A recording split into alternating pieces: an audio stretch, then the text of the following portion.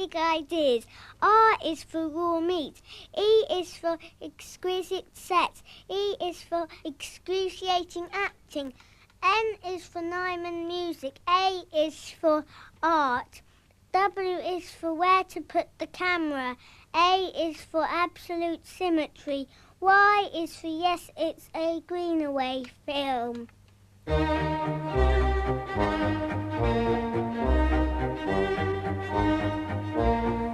Have you ever wondered if you could make a Peter Greenaway film? The answer is that it's really not as hard as it looks, as long as you follow a few simple rules. The first thing you'll need is one of these, a Michael Nyman record. Peter Greenaway loves Michael Nyman music, and it's easy to see why, because it's a very important rule of filmmaking that any piece of footage will look better if you put Michael Nyman music on top of it. To demonstrate this, we've chosen a piece of film at random from the BBC archive.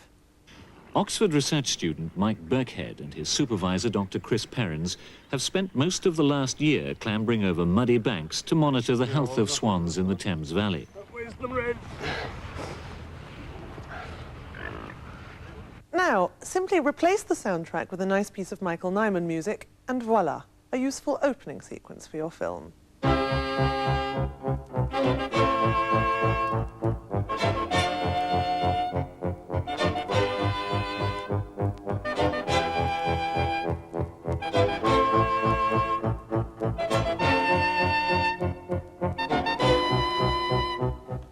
So far, so good. A strong, suspenseful beginning. Now you'll want to decide where your film is going to go. For many filmmakers, this can be an anxious moment, a time to worry about character, story, motivation, and all the rest. But not for you.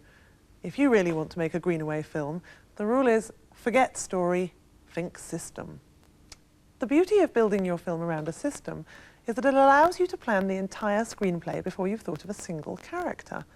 This is a very reassuring feeling. Any system will do. Of course, you can't use the alphabet, numbers from 1 to 100, days of the week, or the 3 Platonic forms. They've all been done. But there are still plenty to choose from.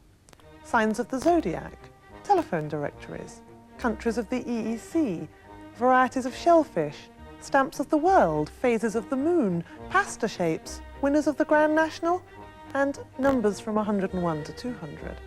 An actor directs actors, and the result is acting.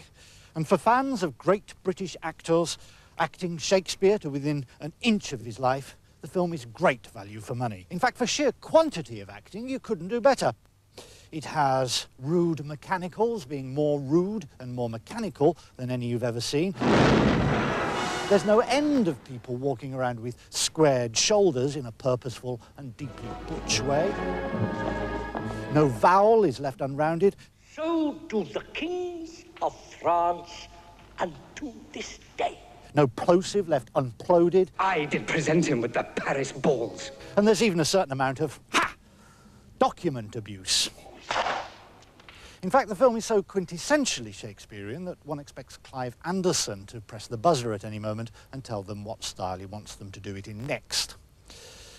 But perhaps the film's greatest asset, playing the young, virginal, frightened, French, winsome, losesome Catherine, is... who else? Comment appelez-vous le col? De Nick, madame. De Nick. Et le montant? De Chin. De Tin. Le col de Nick.